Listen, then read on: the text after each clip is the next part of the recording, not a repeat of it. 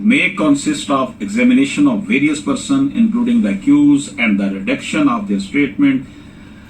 into writing if the officer thinks fit।